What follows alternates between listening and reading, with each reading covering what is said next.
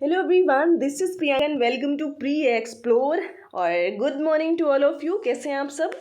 आज हम बात करने वाले हैं क्लास 5th की ईवीएस एनसीईआरटी रहेगी। क्लास सेकंड है हमारा, है ना। अगर आप ये क्लासेस भी कर लेते हो ना तो आपके लिए इनफ होगा। देखिए, आपको भी पता है कि पेपर 1 में जो ईवीएस का सेक्शन आता है ना, यहाँ पे क्लास 3rd 4th और 5th की ईवीएस एनसीईआरटी ही पूछी जाती है। ठीक है, पूरा कंटेंट आपका यहीं से होता है। तो क्लास 5th से हमने शुरू किया है और हम 4 और 3rd को भी जल्दी ही क्लियर करेंगे। ठीक है, आपको मैं ये भी बता दूं कि क्लास 3rd की जो ईवीएस है वो रिवाइज्ड हो चुकी है, यानी कि अभी एक नई बुक भी आपकी आ गई है ना।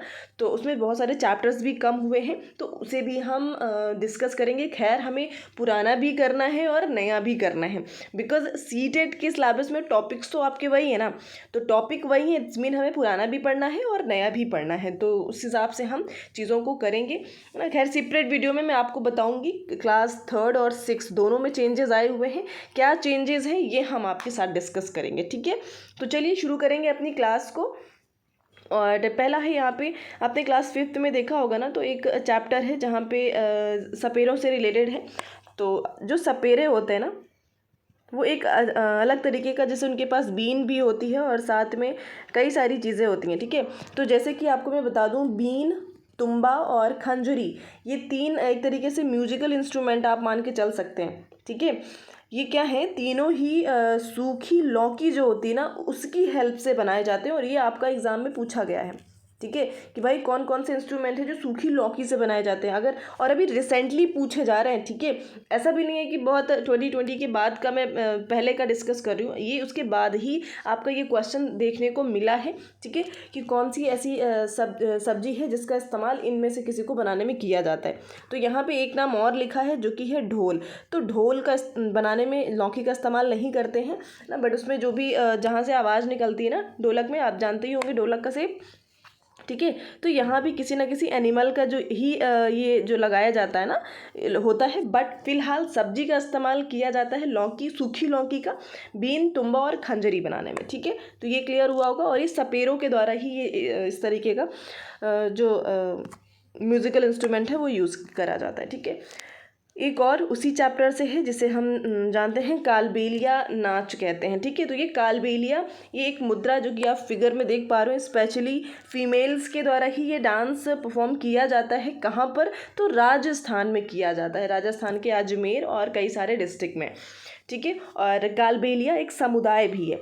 ठीक है, एक प्रॉपर समुदाय है जो कि सपेरे कहे जाते हैं उन्हें ही, मतलब एक समुदाय कालबेलिया नाम दे दिया गया है, जिसमें सारे के सारे सपेरे ही हैं। उन्हीं के द्वारा ये कालबेलिया नृत्य किया जाता है। कहाँ पर? तो राजस्थान में। नेक्स्ट हो जाएगा आपका ये टंग देख पा रहे हैं। नेक्स्ट चैप्टर है आपका ईवीएस का, जहाँ पे टेस्ट के बारे में बताया गया। तो स्पेशली ये टॉपिक निकल के आता है कि भाई जो हमारी टंग होती है ना, उसके किस पोर्शन से हमें कौन सा टेस्ट पता चलता है। तो जो टंग का स्टार्टिंग पोर्शन होता है स्वीट।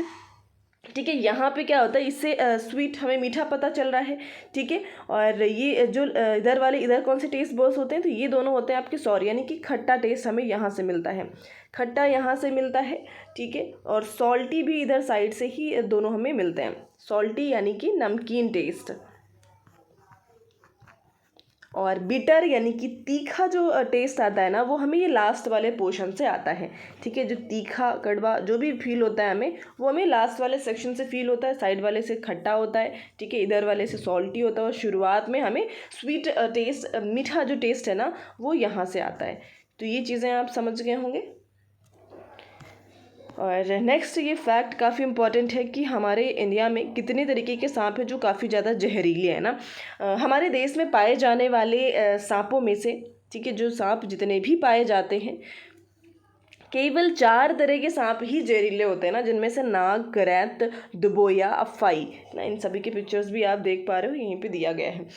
सांप जब किसी को काटता है तो उसके 2 खोखले जहर वाले दांतों से उस व्यक्ति के शरीर में जहर चला जाता है। आपने देखा होगा फैंग्स जिसे कहते हैं। ठीक है, कुछ इस तरीके से 2 दांत होते हैं जिनकी हेल्प से वो जहर को ट्रांसफ़र कर देता है जहाँ भी वो काटता है। ठीक है, और इस जहर से बचने का एक ही उपाय है कि जिस व्यक्ति को सांप ने काटा है उसे तुरंत जहर के असर को ख़त्म करने वाली दवाई या सीरम दी जानी चाहिए। ठीक है, सीरम सांप के जहर से ही बनाया जाता है। कहते हैं ना जहर ही जहर को काटता है, तो मतलब दवाई भी आपकी सांप के जहर से ही बनाई जाती है। ठीक है, और ये सारी चीज़ें जो हैं अभी सरकारी स्वास्थ्य केंद्रों में भी आपको ईजिली अवेलेबल हो जाता है।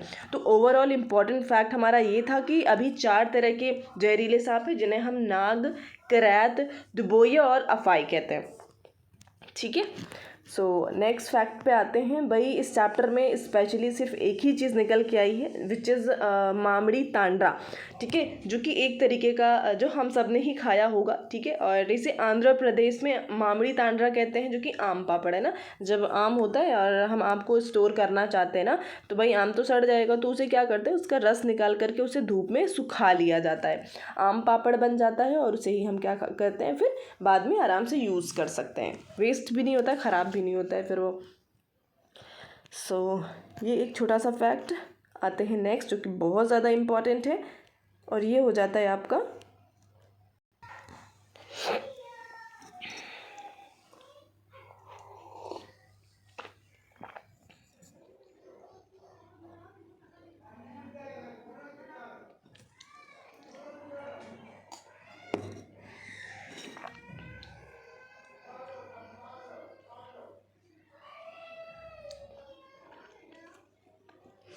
ठीक है। तो जैसे कि हम देखते हैं कि दक्षिण अमेरिका से, ठीक है, दक्षिण अमेरिका से मिर्ची रानी, इट्स मीन दक्षिण अफ्रीका ही हमारे लिए मिर्ची लेकर के आया था। ठीक है, आज जो हम स्पाइसी खा रहे हैं इतना, वो कहाँ से आया था, तो दक्षिण अमेरिका से आया था। और नेक्स्ट देखते हैं नेक्स्ट कौन कौन सी चीज़ें थी।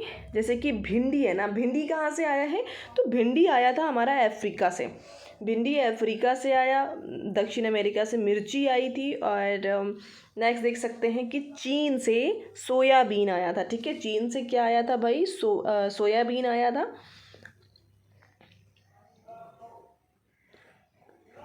और रिमेनिंग ये जितनी सब्जियां आप देख पा रहे हो, ये सारी की सारी कहाँ से आई थी, तो ये हमारे इंडिया की ही पैदाइश है। ठीक है, मतलब हमारे इंडिया में भी चीज़ें थी।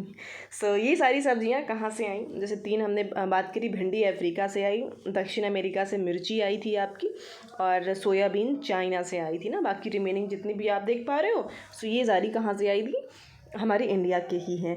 सो ये हमने डिस्कस कर लिया है। आई थिंक यहाँ पे आपकी वीडियो फिनिश होती है, और चीज़ें आपके लिए हेल्पफुल है तो चैनल को लाइक शेयर सब्सक्राइब करना बिल्कुल नहीं भूलेंगे, और शेयर भी कर देंगे प्लीज़ प्लीज़ प्लीज़। और आज के लिए इतना ही। PDF आपको टेलीग्राम से मिल जाएगा ना। Thank you.